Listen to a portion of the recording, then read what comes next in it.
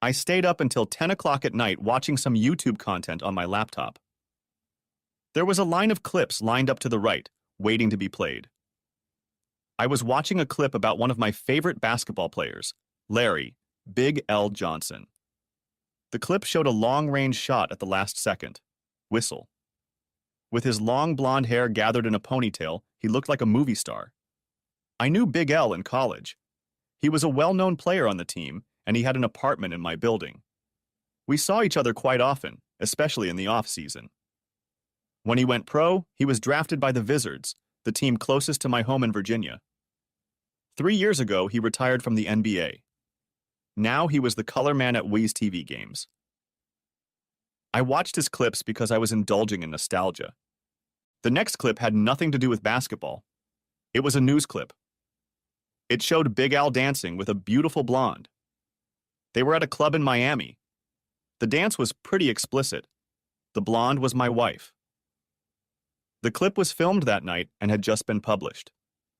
The caption read, "Big L, another conquest?" I watched to the end, about 3 minutes, and I downloaded the clip. Picked up the phone and called Lee's cell phone. No answer.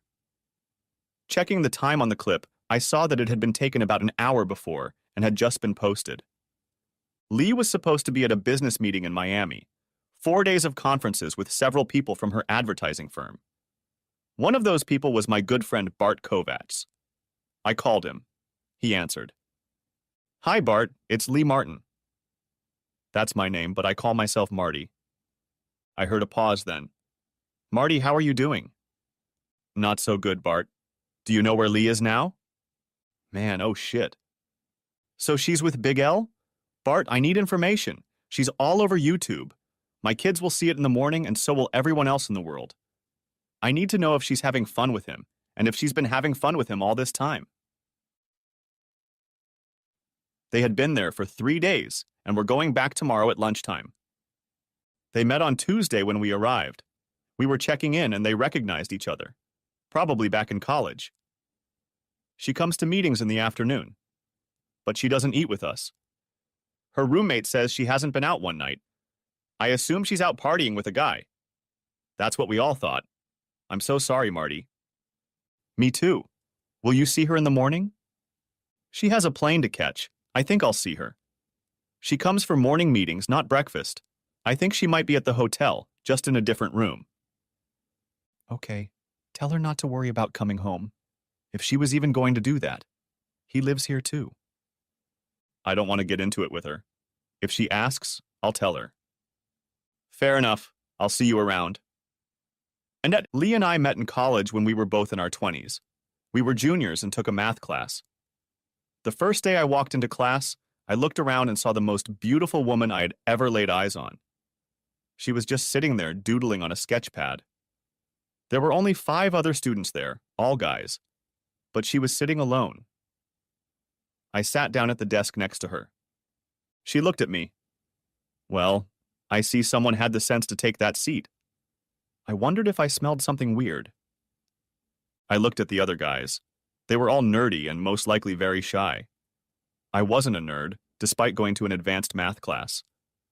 I was 5'8" tall, 150 pounds, brown eyes, brown hair, not too bad looking. Women seemed okay with me, if not overwhelming. People used to tell me I had a temper. I used to reply, "You don't smell funny, though I'd have to be closer to realize it. They're all shy nerds." "And you're not a nerd?" "No, I can tell. I'm Lee Moore." She held out her hand. We shook it. "And I'm Lee Martin. When we get married, you won't even have to change your monogram on your luggage and handkerchiefs." "How convenient." She smiled at me, and the instructor entered the room. After class, Lee and I walked together to the Student Union building. She was a green-eyed blonde, 5'10" tall, with a medium figure. When she smiled at me, I was truly charmed. I said, "I bet you were surprised when none of the guys in the class sat next to you.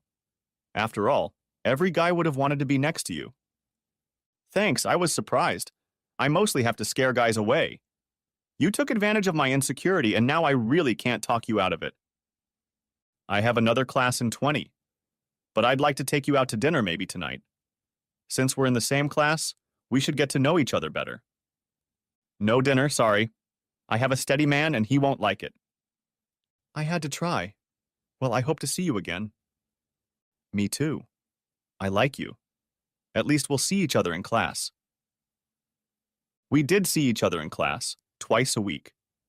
It was a difficult subject, and I had to work hard on it. One day I asked her a question on a problem, and she explained it to me.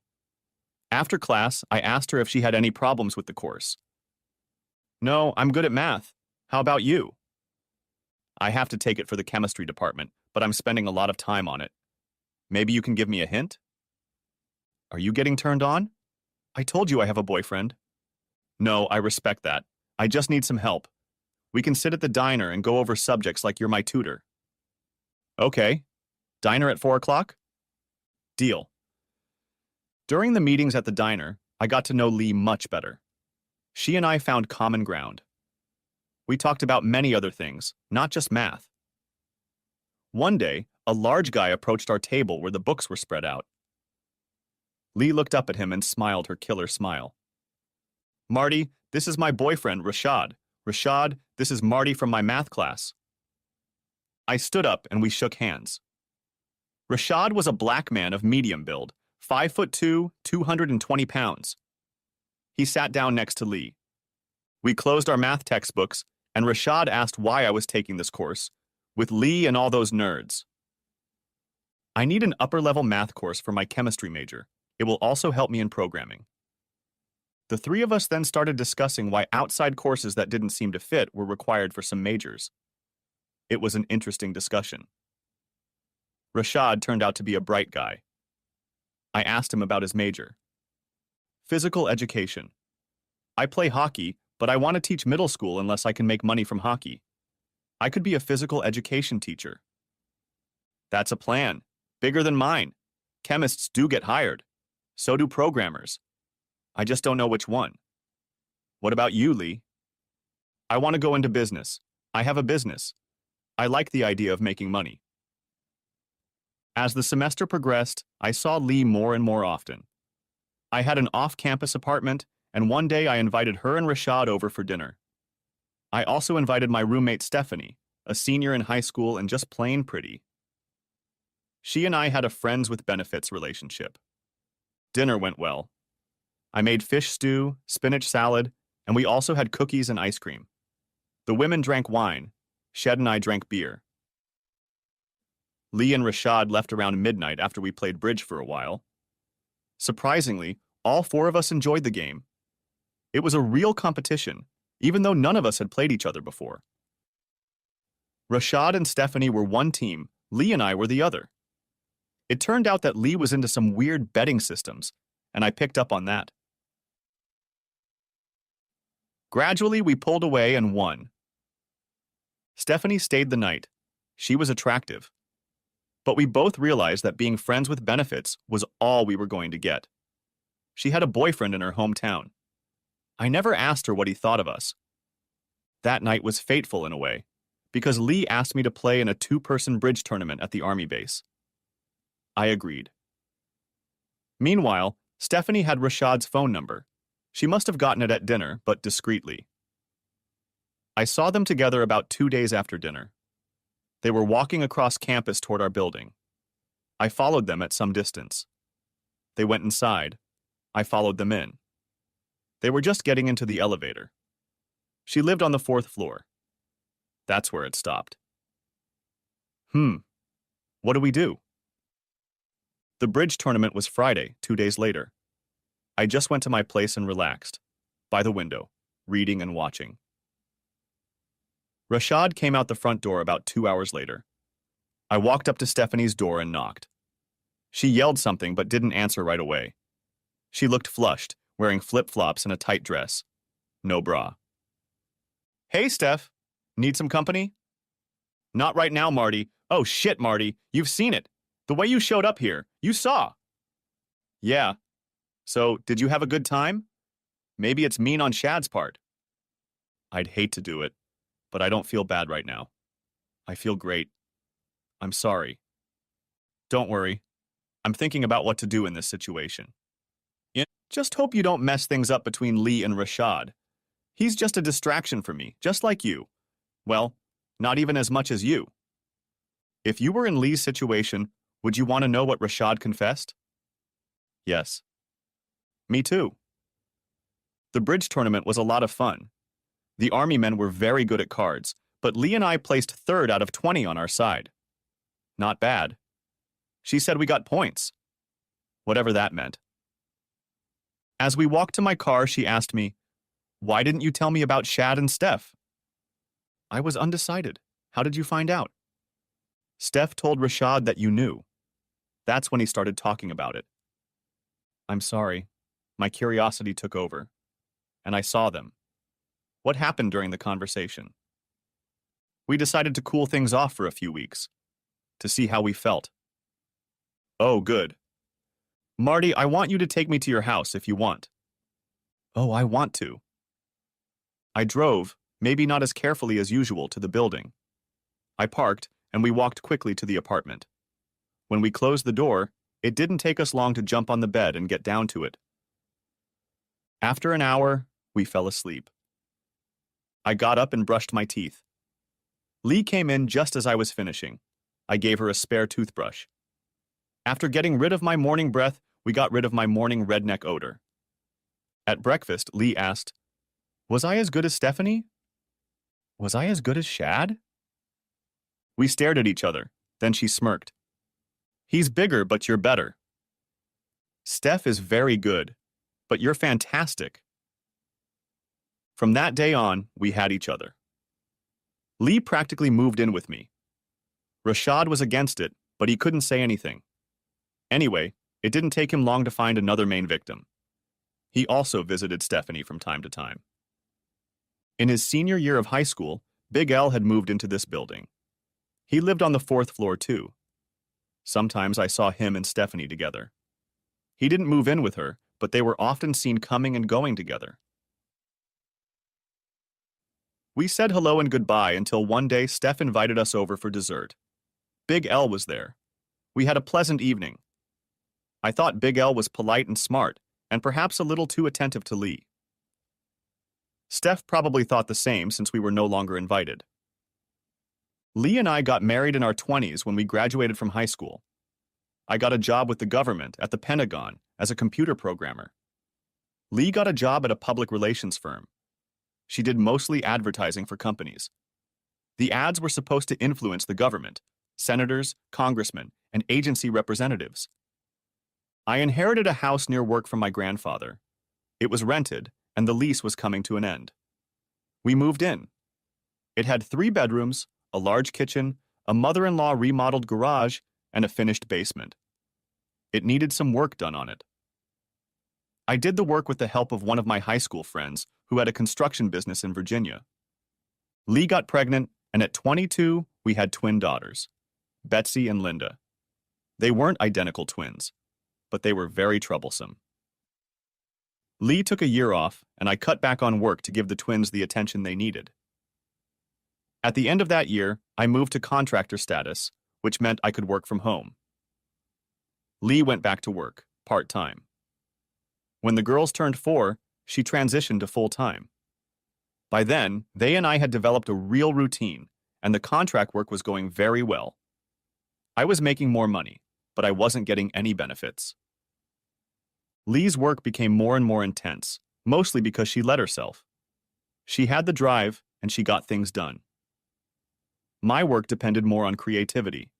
Some of it was going to the government, but some of it was just for me. I had 2 new ideas for systems that I thought could be profitable. I sat on them for a while. Lee was making a lot of money. The girls moved on to junior high school at 13. I was 35 and in good shape. I ran and played table tennis. I know ... it doesn't sound that tiring. Try it sometime, against good players. Before I saw Lee on video with Big L, I'd say our life was very enjoyable. For me, it was. On the other hand, we had been together for 15 years.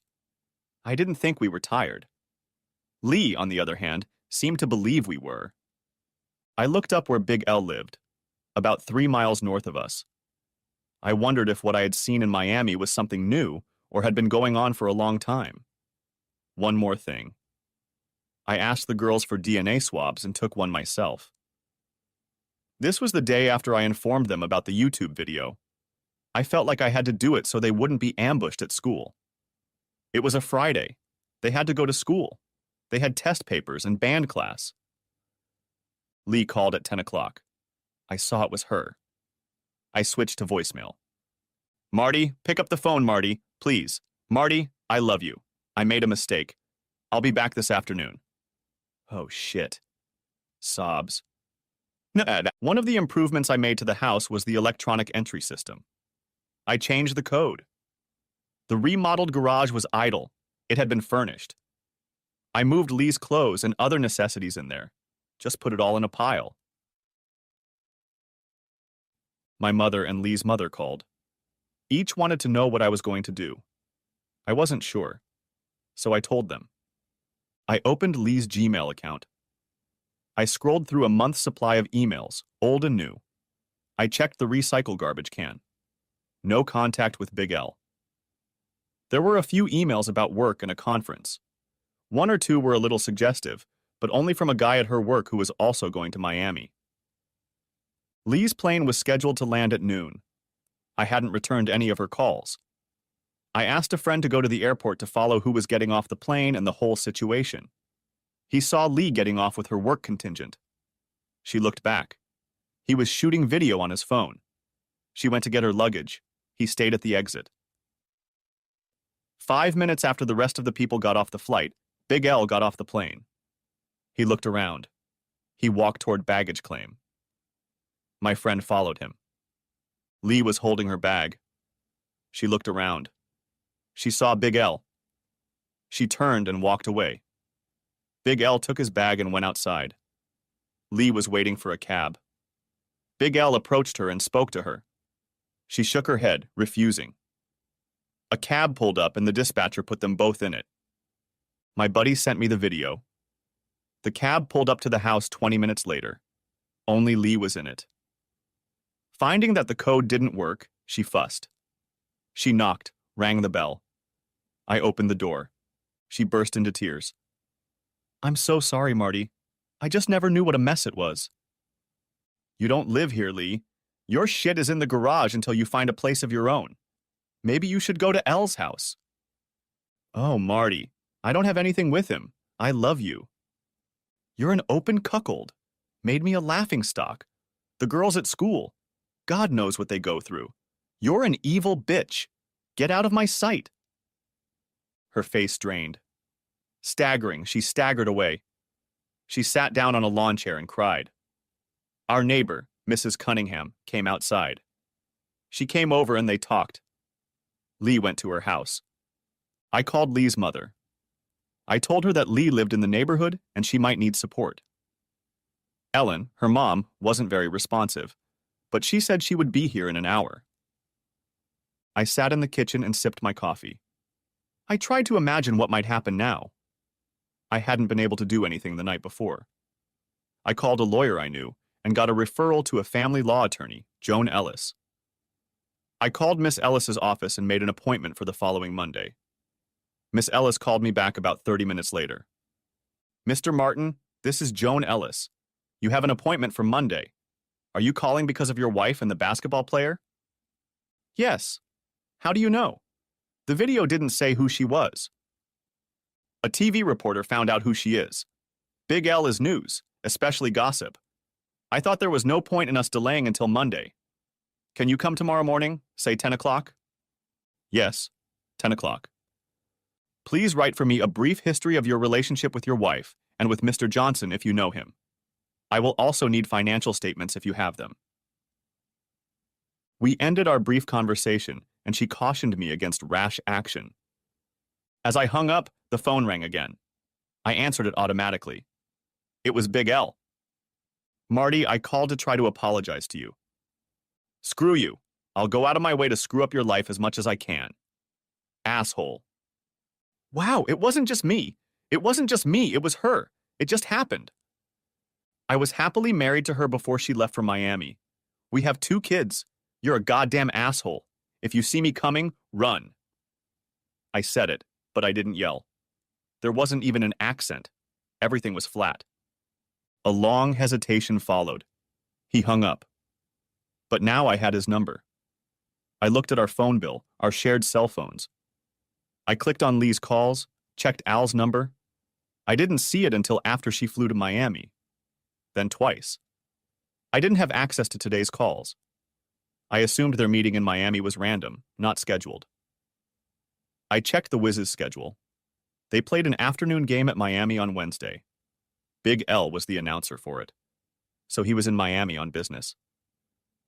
The doorbell rang. I looked out. It was my parents and in-laws. No Lee. I let them in.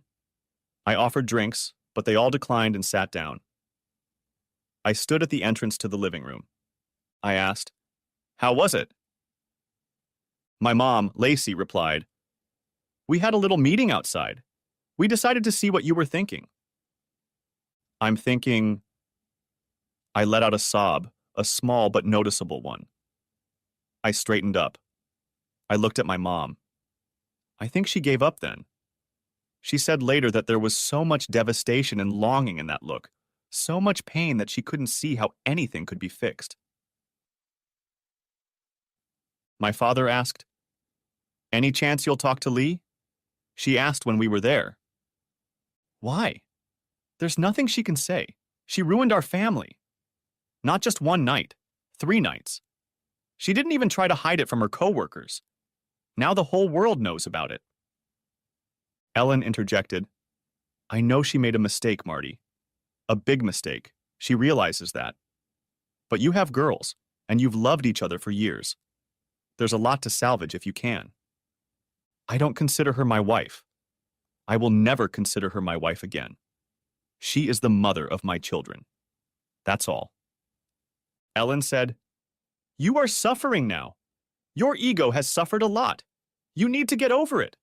Your marriage isn't over just because of a few days." Ellen, I admire and love you guys. Your daughter has done irreparable damage. Please don't make any more attempts at reconciliation. We don't stand a chance. She raised her hands. I continued. You all need to think about how life will work out after the divorce, or when the divorce is made official. My mom wept. Just wait a few days, Marty. Just a few days. Your daddy and I can take the kids for the weekend. Let's take them to the lake. I agreed, and just then the girls got a ride on the bus. They ran up to the door. But the code had been changed, and they had to knock. What surprised them was that their grandparents were in the house. They wanted to tell them how school went. It hadn't been too bad. Betsy was good friends with Sharon Davis, and Sharon asked her about the video.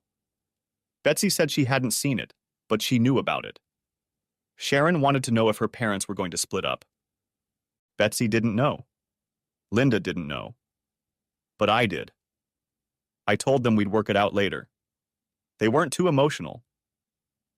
Linda asked where her mom was. Ellen replied, "In the next room. The grandchildren wanted to talk to your father. But I think you girls should pack your bags for the weekend because you're staying with us. We'll take you to the lake." They were excited. But they wanted to see Lee. We sent them packing. I was against them going to see Lee. All 4 of the others thought it was necessary. I told them that Lee could see the girls on the porch. When they were packed, Ellen went to get Lee. Their suitcases were stowed in the car. They were waiting on the porch along with the 3 grandparents. Lee walked up to them along with Ellen. The girls didn't run to her. They just waited. My second-floor bedroom window was open and I could see and hear. Lee knelt down in front of the girls, and all 3 of them hugged. "Mom," Linda asked, "what did you do? How could you do it with that guy?" The last word was spoken with a sob. "I just made a really bad mistake. I have to try to figure out why. But I still love you girls and your daddy very much." Betsy was not impressed by this. She was the tougher of the 2 of them. "If you loved Daddy, you couldn't have done this. You put it all on video. How could you do that?" Now she was sobbing. Lee was crying. I'm so sorry. I'm so sorry. It was a bad mistake.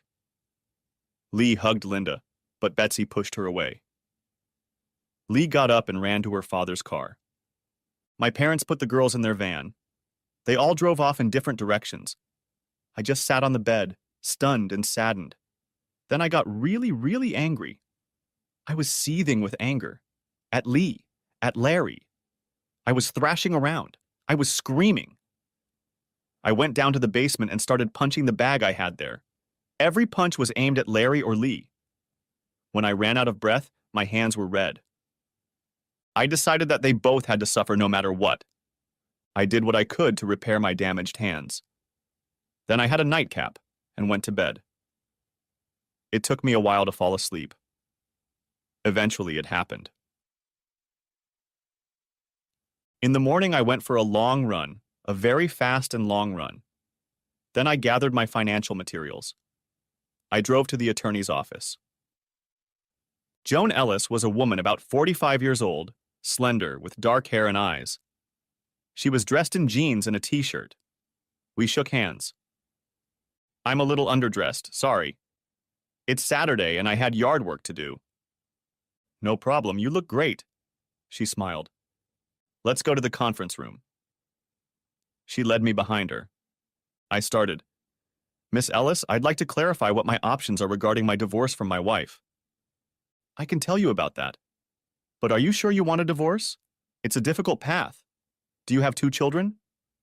Yes, twins, 13. I'd like to get custody. 10. Let's get back to the question of whether you want to end your marriage. This Miami thing was something that had happened before. Or is this an isolated incident? I don't think she's gone astray before, but I don't know for sure. If it's true, can you live with it? No. I said it quickly without adding anything. Good. Let's discuss finances. We discussed who made how much money and who did how much for the kids.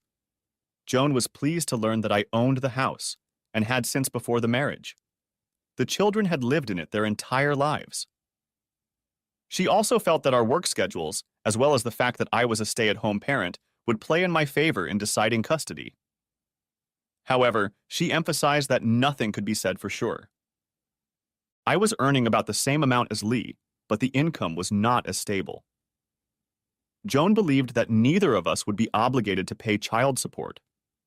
The non-custodial parent, however, would have to pay child support. I wondered how quickly we could start the divorce. Maybe a week to prepare the papers and file them. I think you should wait longer. People change their minds, and you may have to go through counseling. Oh, can that be avoided? I wish I'd never had a one-on-one conversation with her. You'll have to have those conversations. Maybe we can minimize them. I notice your hands are bandaged. Why? I was a little angry last night. Splashed it out on a heavy bag. Forgot to wear gloves. Well, at least you didn't visit Mr. Johnson, or your wife. By the way, is there any way to sue him for this? He should pay. There's no way to sue for adultery or alienation of affection in this state right now. There used to be. Now there isn't. I also looked up the Florida law. There's no option there either. He has to pay. Now my voice had shifted to an even tone. This seemed to startle Joan. Let me see what I can do. No promises. The fellow must pay. I won't be able to sleep if he leaves without consequences. Mr. Martin, I have to tell you that while what you tell me as your attorney is confidential, if I know in advance that you're going to commit a violent crime, I may have to report it. Or not. Joan, you'll never have that knowledge. Thank you for saying that. I signed the agreement with her and paid the fee. I told her to get the papers ready as soon as possible. When I got home, it was already noon. My father, Leland, called as I entered the house. Hey, how are you today? Good. I just got in from the lawyer. Oh, that's fast. What did he say? She and I discussed what the divorce would involve. Marty, you need to hold off on that. Don't rush into it. This is a really important decision, and you shouldn't make it in haste. Dad, as soon as Lee let that bastard, she was toast. And the fact that she did it over and over again is even worse. But once is enough. Your mom thinks she hurt you so bad there's no hope. I think she may be right. Still, I want you to tone it down. For once, Lee should get a chance to explain things. Dad, what do you think she might say that would make me change my mind? There was no answer for a while. Then, okay, I can't think of anything. QED. We discussed the girls' moods. Actually, the moods. Linda was very sad. She was moping. Betsy was angry. She was having a hard time controlling it. Mom worked with both of them. Told them they weren't losing their parents. They would always have both parents.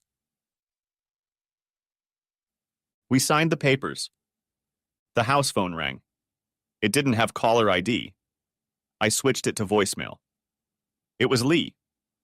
Marty, if you're there, please pick up the phone. I need to talk to you. Marty, I need this. Please. I screwed up. I know that. You're the only person I know that I can talk to about something this serious. And I lost you? No, please. I know how angry you must be. Embarrassed. I'm sorry. Sobs were heard and she hung up the phone. I cried while she said that. I went downstairs again. This time I put on gloves. It still hurt. I punched and kicked until I was out of strength. I went upstairs and took a shower. I guess some guys get drunk in these situations. I use a bag or run. I decided to think about how to tease Larry. A thought crossed my mind. I had a found handgun. I owned 2 registered handguns, a .45 caliber revolver and a .40 caliber S&W pistol.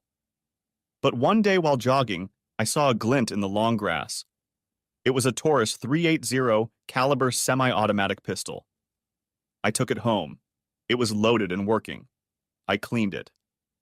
And then I noticed that the serial number was scratched off, so the gun was illegal. But I kept it anyway. I took it to the range one day. It was a good shot, sort of. I kept thinking about shooting Larry with it. But I had girls, and I never wanted to end up in jail. Still, that asshole. I pushed those thoughts away. I felt this wasn't the time for me and Lee to talk. I knew we'd have to talk face to face sooner or later. But right now, the thought of seeing her made me almost sick to my stomach. I sat alone in the house. A feeling of deep despair came over me. It was like a heavy blanket had been thrown over me, pressing me into the couch. It was hard to breathe. Suddenly, fear gripped me, and I jumped up sharply from the couch. If anyone had seen me then, they probably would have thought I was completely insane. I knew I had to move. I set off at a brisk walk. It led me to Larry's house. I didn't linger there, but noted that there seemed to be very little security.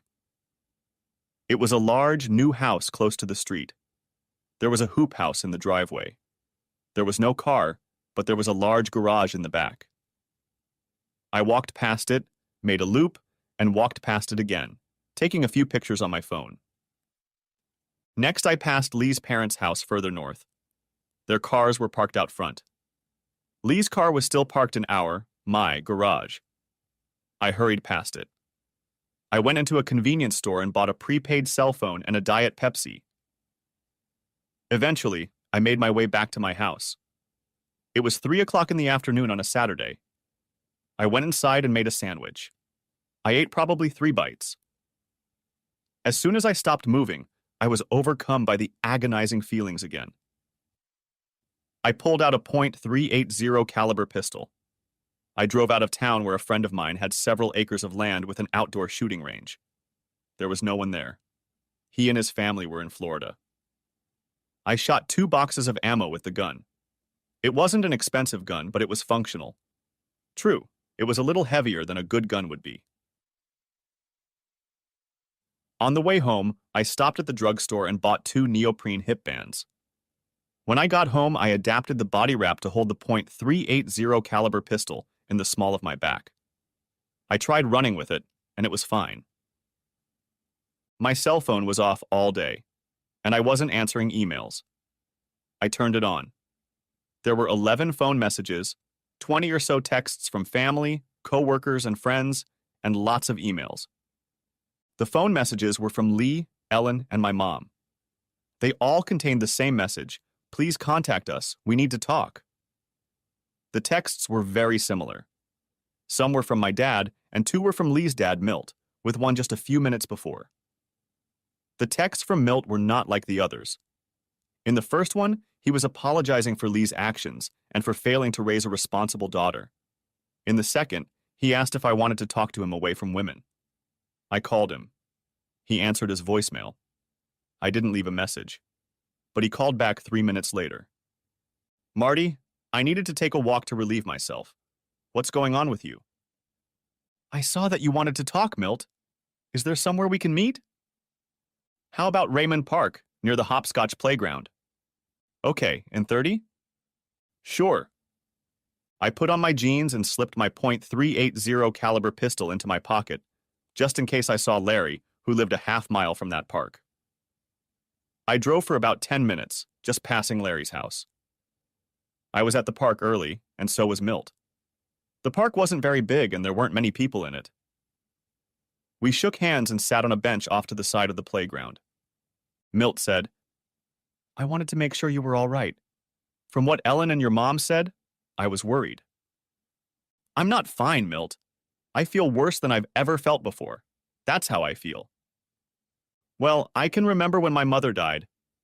It took me a year to get back to normal. I just kept working, one day at a time. That's what you have to do." "Yeah, easy to say. And doing is damn hard. And after all, it's only been a day." "If it makes you feel any better, Lee is almost catatonic. She hasn't eaten since she got to our house and she's only uttered 3 phrases. We're thinking of getting her some help." "Are you, you're actually, you look a lot better than she does. It's probably guilt. She has it, and you don't." "I'm sorry to hear that, Milt. Because the twins are going to need her. Need their mom. I don't understand why she's so upset. After all, she did what she did, out in the open. Did she really think no one would find out? That I wouldn't find out? I can't believe it. Sooner or later, even without YouTube, someone on her staff, some of them friends of mine, they would have gotten wind of it. I don't think she was thinking straight at all. I think maybe she was suddenly in a foreign situation, away from her family, a famous guy chasing her. She just gave in to feelings she would have normally suppressed. That's what I can say about that." "You're so reasonable, Milt, but I think she's had a thing for Larry since high school and thought she could have her cake." "So what are you going to do?" "I'm probably going to divorce her. Right now, I can't even think about her, no. Anger and spite. I hope I don't get sick from all this." "Look, I know everyone else says you have to wait to decide something. What about me? I just don't see how you can go back to any semblance of family life with her." "Yes, the case is lost. I'll wait, but not for long. You need to prepare her if she's as bad as you say she is." "I'll try." We parted ways. I was walking back to my car parked on the next street when Larry led the basketball down the intersecting street toward the court. I saw him and started to pull out my gun. Milt saw him. Milt was driving toward me and hit the klaxon. Larry got scared and lost the ball in the street. He ran after it, idiot, without looking. It wasn't Milt who hit him. A car traveling in the other direction, maybe a little faster, was blocked by Milt's car. Another car, some SUV, slammed into him before the driver could slow down. Larry flew over the hood and windshield, flew into the air, and fell to the street. Milt kept driving. I ran up to Larry. For the moment, he was alive and conscious. I looked at him. The driver of the SUV came running up. He yelled he had called 911. We weren't far from the hospital, about 4 blocks away. Larry recognized me. He tried to say something, but nothing came out. I watched him slowly fade away. The paramedics arrived about 2 minutes later. They worked as hard as they could, but to no avail. Big L was gone. I felt cheated. The police arrived. I was a little nervous because, although I had a concealed carry permit, the gun was illegal. But I gave an interview, gave my name and address, and got no pushback. The driver of the SUV, an elderly man, was upset. I told him and the police that there was nothing he could do. Larry had just gone for a loose ball, at the wrong time. About an hour later, I drove home. I ditched the .380 caliber pistol and drove to Milt's house. I knew Lee was there, but I needed to discuss the fatal traffic accident with Milt. I pulled up to the house and rang the doorbell. Ellen answered. She could see that I was in an emotional state. I was indeed in an emotional state. Euphoria. Well, at least tremendous joy. I knew I had probably avoided murder. Pure luck. But I had to see Milt. I turned to Ellen. Is Milt here? I have something I need to discuss. She turned and shouted, Milt, don't you want to see Lee? No, it's too early. Milt. Milt came downstairs. I waved at him and we walked. Milt, Big L is dead. Shit, did you kill him? I saw you had a gun. Jesus, Marty. But he didn't look like he should have looked if he was real. I didn't kill him. He got hit by a car when you honked at him. He lost his basketball and ran outside after it like a kid. I watched him die. I couldn't help myself and smiled. Marty said, I see. An accident. God works in mysterious ways.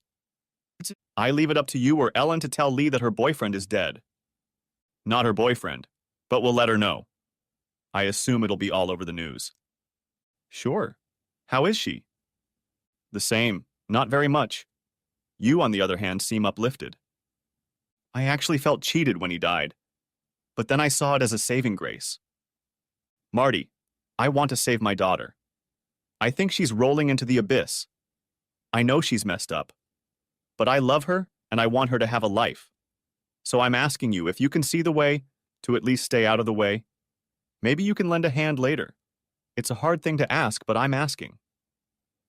Milt, I have to think about this. If we talk to her too soon, I won't be able to help. You have to keep her away. Let me think it over. I'll try to find a way out. Congratulations on avoiding the beef of murder. We laughed. We went back to the house. I drove away. I slept that night. I got a call from the girls and we had a good talk. Then I just went to bed. Sunday, I was broody again. It was a nice day and I had nothing to do but ponder the state of my marriage. No matter what Milt said, I knew that Lee and I could never be together again. That made me sad, but it was the truth. I took another long run, to the mall, around the river, back home, took a shower and went to my folks' house for Sunday lunch. I brought cutlets. The twins were in a better mood. They had a teleconference with Lee, who must have perked up because she cheered them on. I was wondering.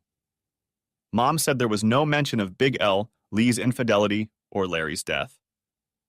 Just talk about school. Lee told the girls that she would see them as soon as she was well. I had a good time with the family and the girls. When they were at the pool, I told my parents that I saw Big L get hit and die. They were shocked. My dad said, "You didn't have anything, you know?" No, an accident. I was in that park with Milt, talking. He just drove off and Larry got hit. He tore into the street to get his ball. Okay. Well, I can't say I'm sorry. May God have mercy on his soul. We changed the subject. On Monday, I got a call from Joan Ellis. First of all, she wanted to know how I felt about Larry's death. She didn't know I was there. My name hadn't been published. I told her the story, and she was amazed and maybe a little suspicious. I know that if I were her, I would have been suspicious too.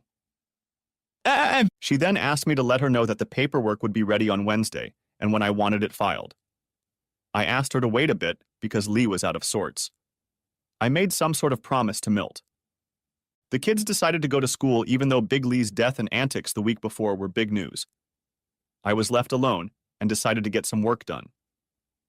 I did a half day in the army. For 2 or 3 hours, I did my chores. I picked up the girls from school after their extra classes. We ate pizza. That's what I could make, and they liked my pizza. We had a nice evening, but before bed, they both asked if their mom was coming back. I answered that question honestly. I don't think we'll have the same arrangement as before. I can't say what the future holds for us, but I don't think we'll go back to the way things were. Something different awaits us, but we'll both always love you too. On Tuesday, Milt called. Ellen had been in touch too. They wanted to meet. I said I'd come to Starbucks. As we grabbed drinks, Milt said he had contacted a psychologist who does couples counseling. He suggested that I participate with Lee. Ellen said that if we divorced on the grounds of adultery, the court would probably order counseling anyway. Okay, I said. But if we really start looking into it, going deeper, I don't see it helping her. I'm not going to lie. Ellen said, We're not asking you to lie. Just be gentle. Listen to the psychiatrist. Talk to Lee. Otherwise, I think she's in big trouble. Lee's accident seems to have scared her. We didn't tell her you were there. The first session was scheduled for the following Monday morning at 10 o'clock. I showed up right at 10, not wanting to wait in the room with Lee. The counselor was Sylvia Price, a psychologist and certified marriage counselor. She was a woman in her 50s, a little overweight but pleasant. She led us into her office. Up to this point, Lee and I had not spoken. She didn't look well. She was pale and constantly rubbing her hands together. Dr. Price told us about the nature of her practice, which included cases of marital infidelity. She asked me what my goal in counseling was.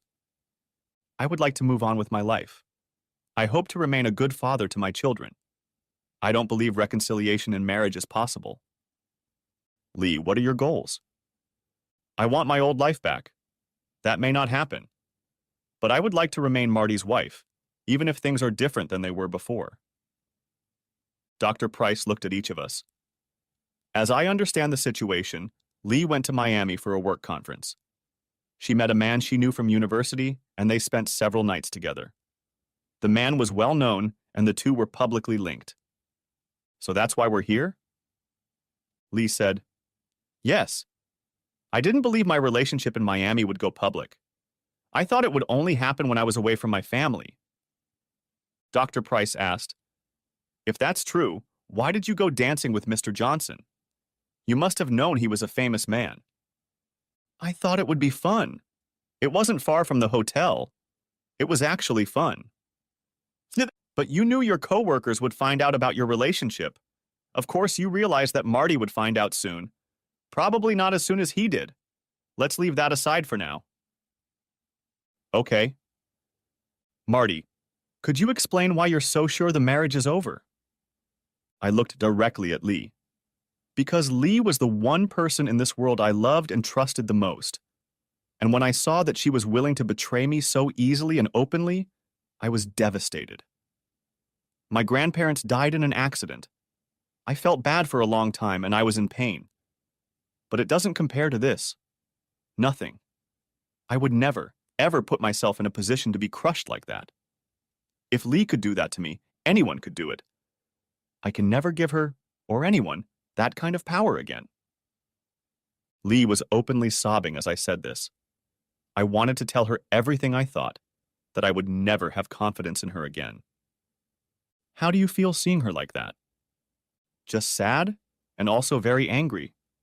What she did to me was blatantly cruel. And to her children, too. Even if it was done stupidly, with no desire to hurt, it was so bad. And for what?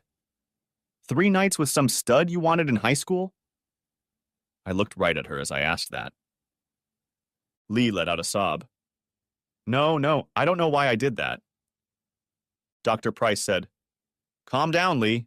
It's true that you had feelings for Mr. Johnson. Yes, he was a big, handsome, famous guy. He was hitting on me at the time, but I was with Marty and I said no. I asked, Then why did you say yes to Miami? I felt a little stale in the months leading up to it. We were all so busy. I was excited to spend a few days in Miami. I thought it would help rejuvenate me.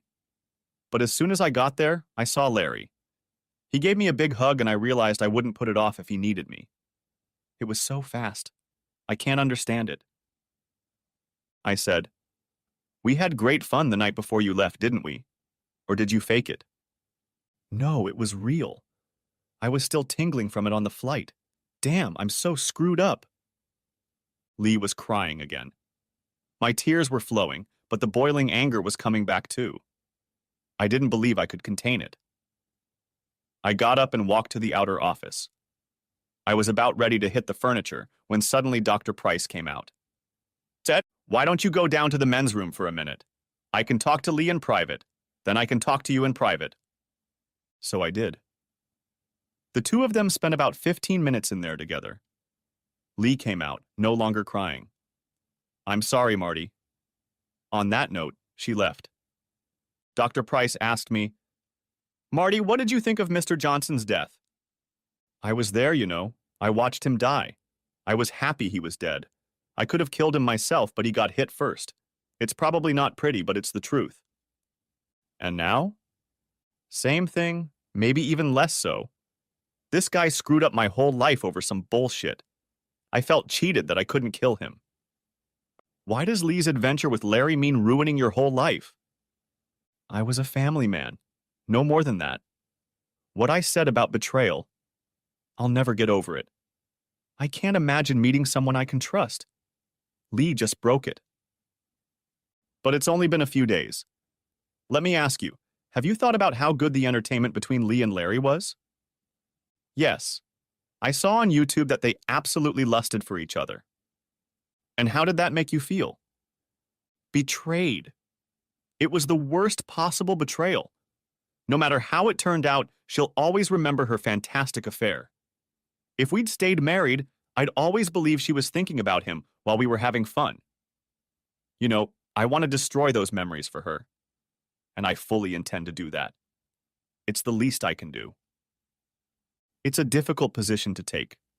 This is a woman you loved deeply. Past tense. I did love her deeply. That's why I'm in so much pain. She gutted me. That was the end of the session. She asked me to think about what kind of living arrangements we could come up with if we were separated. Lee's history. I was instructed to outline the facts about Miami and why I was so weak. In addition, I outlined how reconciliation between Marty and me could occur. Before my trip to Miami, I felt out of sorts, not enjoying the things I used to love. Work had become a chore. Family life had also become a chore. This had been going on for months. I had a vague sense of stagnation. I was looking forward to a trip to Miami. One guy at work, Brady Bean, had been hitting on me ever since he transferred to our office. I easily put him off for months, treating him like a buffoon. It didn't discourage him. He wasn't an Adonis, but he was pleasant looking, and he had a sense of cheerfulness about him.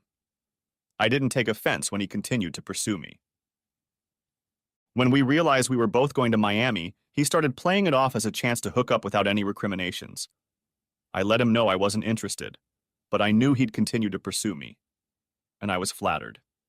I considered his scenario, but there was no way I would do it with him. Too risky, even if he was super attractive, which he wasn't. But Larry was at our hotel when we checked in. He was definitely super attractive. He hugged me, and quite vigorously at that.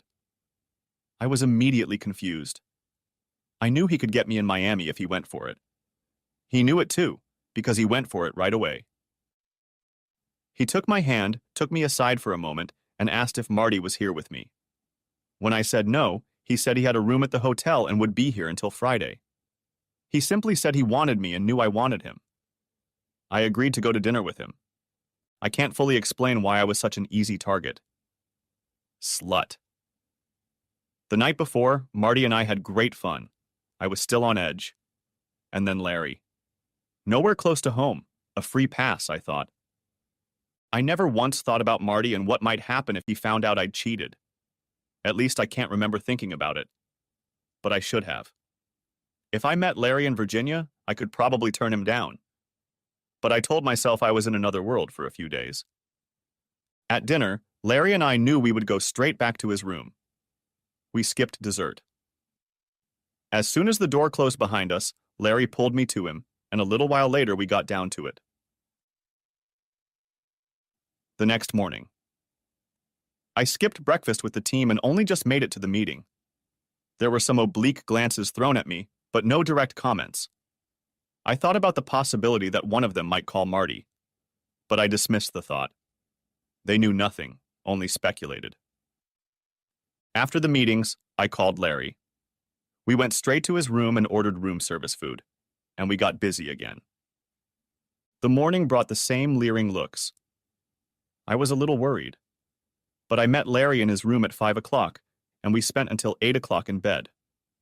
We had food brought to our room, and then he told me to get dressed decently. We were going to go dancing. So we did. That's how I got on YouTube. I was recently watching our music video on YouTube. I knew Marty had watched it that same night. I understood what he might have seen. After finishing the dance, we went back to the hotel. I had a flight the next morning. I had breakfast in his room. Then I went back to my room to pack. My roommate, Cindy, told me that I had been dancing on YouTube. She said it was beautiful. I was overcome with a terror that almost made me fall over. I knew I was finished. I saw Bart Kovacs, a good friend of Marty's, as we were getting on the bus to go to the airport. I asked him if Marty had called. While I was gone, Marty hadn't called. I didn't check my cell phone. He called every night, but to voicemail. Bart told me that Marty had seen the dance on YouTube and that he knew I spent every night with Larry. I was numb. The flight home was horrible. No one wanted to talk to me. I was sitting by the window, and there was a strange guy sitting in the seat next to me. I knew Larry was on the flight, but I didn't see him. I disembarked the plane, but Larry was still nowhere to be seen. I got my luggage, and he came up to me. He asked if I was going to be okay. I answered him that I would probably never be okay again. He looked depressed. I didn't even think about Marty picking me up. I stood in line for a cab. When I got in the cab, the guy put Larry in the same one. We drove to places not too far from each other. In the cab, Larry said he was sorry about that YouTube story. He didn't think so. I told him I didn't really want to talk. I asked the cab to drop Larry off first. I drove home and couldn't get into the house.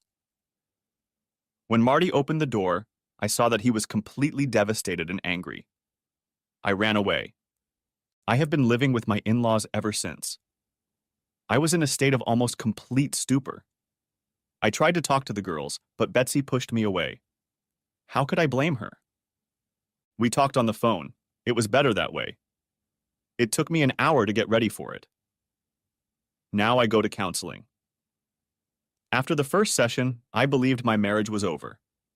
Marty's explanation of his feelings had clearly worked.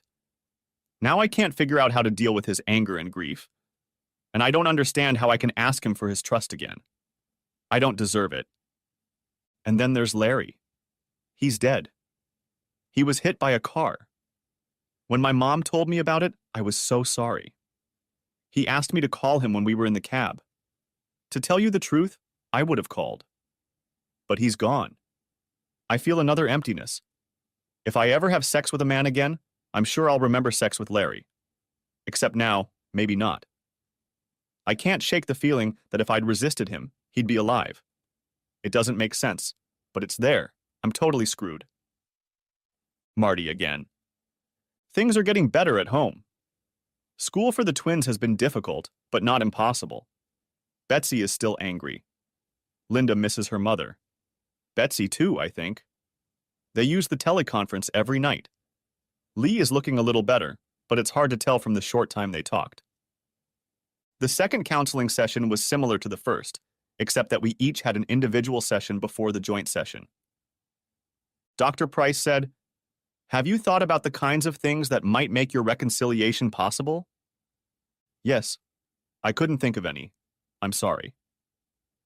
Do you think if you had realized why Lee left Larry, you could have worked on trusting her? If you knew what caused it, and maybe you could figure out how to stop it? That's silly, I'm sorry. I think she just wanted to amuse the guy and thought she could do it without repercussions. Isn't that what she said? But I didn't believe her. I believed her about lusting after Larry, but I believe she wanted to get caught. Why? That's a good question. Maybe you should ask her. Doc, it won't end with us being together. A senseless betrayal is impossible to overcome. Betrayal because she thought she could get away with it can't be overcome either. What if she wanted to get caught somehow? And that might be the worst of it. That would mean she just wanted to get away from the family. Away from me. Away from her life.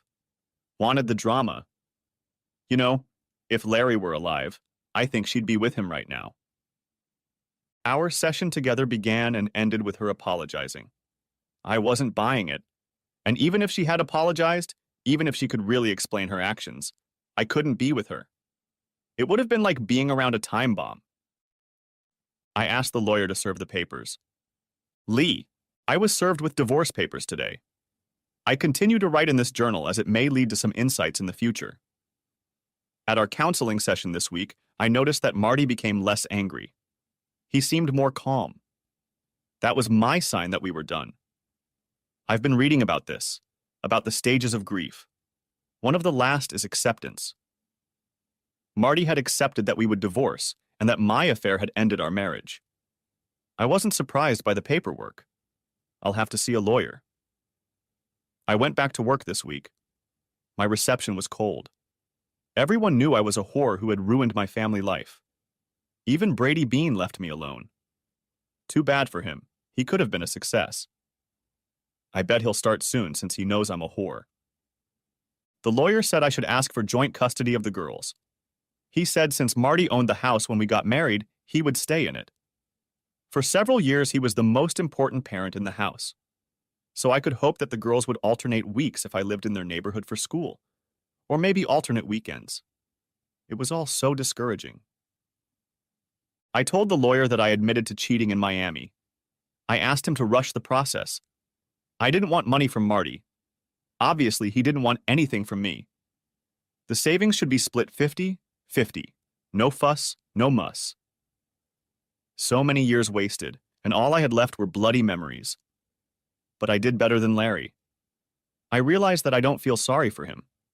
I know I'm equally to blame, but he has his share of it. He didn't have to have me. He could have had anybody. But why me? I'll never know. Dr. Price suggested that my dancing, open behavior, and inability to hide the affair might mean that I wanted to start a new life, a more exciting one. I believe that's not the case. She said Marty thinks it's as if I want to be discovered, and then be free. Well, I'm free now. I don't like it. I have no appetite. I have no appetite for fun. If I get hard, I use a vibrator. I don't go to bars. I've turned Brady Bean down repeatedly. I don't even feel tempted. And it would be so easy. I wonder how long this malaise will last. Marty. The divorce decree came today. I got primary custody of the twins, who will live in the same house they always have. Lee will have them every other weekend, 2 weeks in the summer and Thanksgiving or Christmas. I think they will have 2 holidays each. Maybe there will be more presents at Christmas. And the final calculation was the same as we had been doing for the last 6 months, since Lee had rented an apartment 2 miles from home. I told Milt and Ellen they could come over anytime. They come often, and I'm sure they see the girls on weekends at Lee's. I haven't dated. I have had a few acquaintances. There are a few divorced women who have been in our circle of friends. I've had dates with 3. I went out to dinner or bowling with them. We would go back to a house where no one had been home for a week and have fun. But I made it clear to all 3 of them that my recent experience had scarred me and that permanence or exclusivity was out of the question. They all know what happened. Everyone in our community knows. So they understand. I still think the 2 believe that someday I will overcome my scariness. I don't think so. It's a long journey, and there's no reason to believe it has an endpoint. The pain I went through, the pure misery of seeing Lee with that jerk, will never leave me. To this day, when I think about it, it's just as strong. I try not to think about it. The twins have adjusted. Linda is good with Lee, but Betsy is not so easy. She's very good at holding grudges. She's a lot like me. Maybe that's a very bad thing.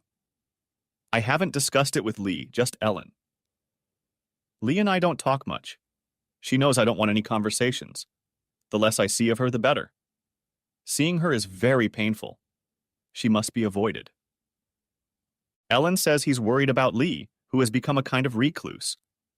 I rarely see her on the street, even though we socialize in the same group and live not far from each other. I don't sympathize with her and probably never will. I never understood why she did what she did.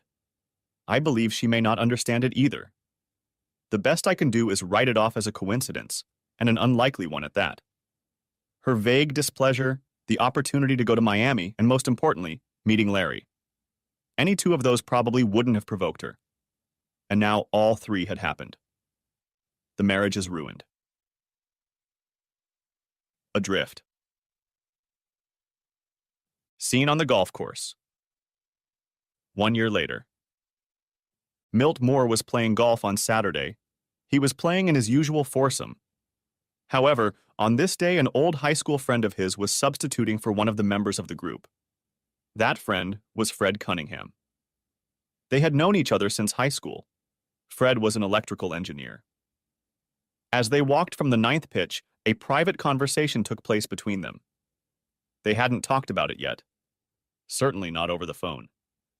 Milt asked, "How are you doing these days, Fred?" "I'm fine. I agreed to give it a try. I just followed him all the way to his house. It was just like you said." He always went to play on Saturday afternoons if he was in town. He retired, but he wanted to play. I sympathize with him. I read about it in the Post. I couldn't believe it when he threw himself out there. It was such a big decision for me, and it was made so quickly. I just did it. If he hadn't, I might not have been able to turn toward him. Your horn scared him. But I'm sure you were shaken afterward. I know I was. Everything worked not only perfectly, but more than perfectly. It was amazing. It was as if God had intervened to protect Marty. I was shocked, of course. I watched him die. I called 911. Marty. Was that Marty? He was right there. Why? I thought if it worked, he should see it. Some kind of closure. He told me later that he felt cheated.